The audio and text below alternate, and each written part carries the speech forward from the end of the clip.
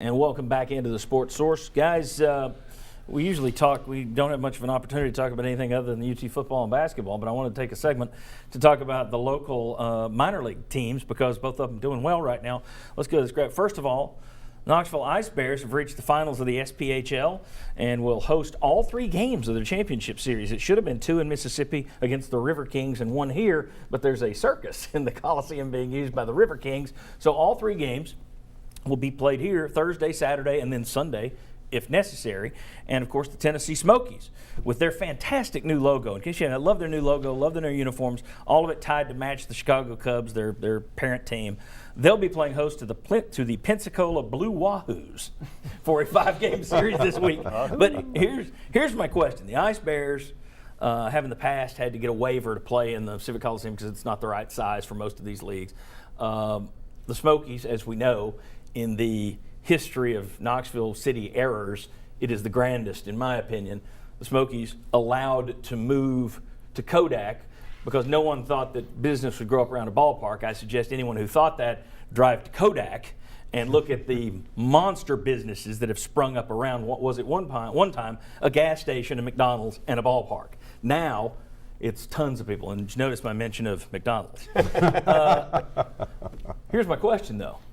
They allowed the Smokies to leave. The Ice Bears don't have a flashy new arena or anything. Does the city of Knoxville really even care? And I mean the government really care about minor league sports? No, and it doesn't care enough. And John, I've followed this probably since it's been going on. You've covered it, yeah. Yeah, I have, and not nearly enough. And I think that one of the big problems is you've had the clash between the city government, city council, and the county commission. You could have had a ballpark built at Pellissippi Parkway. It would have been perfect. Could have had one a downtown. ballpark built at downtown. And they let a few people that were upset about maybe the lights at night or the traffic scare them off. That's really what it ended up in my estimation. And in talking with Mike Murray, they need to reward these guys. What they've done with the Ice Bears, they need an 8,500 seat arena, tear down the Civic Coliseum. You can keep the Civic Auditorium, and you have got you a gym right there. There is room to build out to the road. That can be used for other issues. Exactly. Jimmy, your thoughts? I think it depends on who's in power. I think Victor Ashe didn't care. I At think all. if Haslam had been the mayor, you would have the Smokies in this town. I agree. So I think it depends on who's in power. And I don't know if they're going to build an 8,500 seat arena, but didn't they have, I think that the deal they have with the hockey team is not a very good lease agreement, is it? I don't Haven't they had to rework that a little bit No. to try to And- be a little bit more favorable to them? And keep them. you still have yeah. that albatross to me of the convention center that ended up being well over $100 million. They even had the chance to have that where you could have ice in that facility, where you could have had something nice, and they didn't do that. So And it's just been a comedy they were error. told repeatedly that the convention center in cities like Knoxville are boondoggles. And they went ahead and let the Smokies leave, and they built that thing anyway. And that just, this always Well- kind of gets me because it's like the people that we elect, are they done to, oh, my bad, yeah. We're talking about a city that passed on the aquarium. Nobody's going to go watch fish in East Tennessee. Right. Yeah, then you built one at Chattanooga and one up in the Sevier County that are both just trafficked like crazy. You passed on a downtown ballpark when downtown ballparks revitalize every downtown that they're put in. You ignore that, you build a Women's Basketball Hall of Fame, which is nice for those people who rent it out to host their wedding party.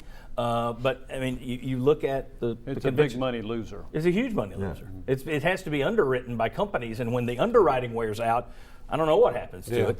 I just wonder, it's East Tennessee. East Tennesseans deserve good minor league sports, and they're getting it through the Ice Bears and the running of that organization, through the Smokies and the people that run that organization.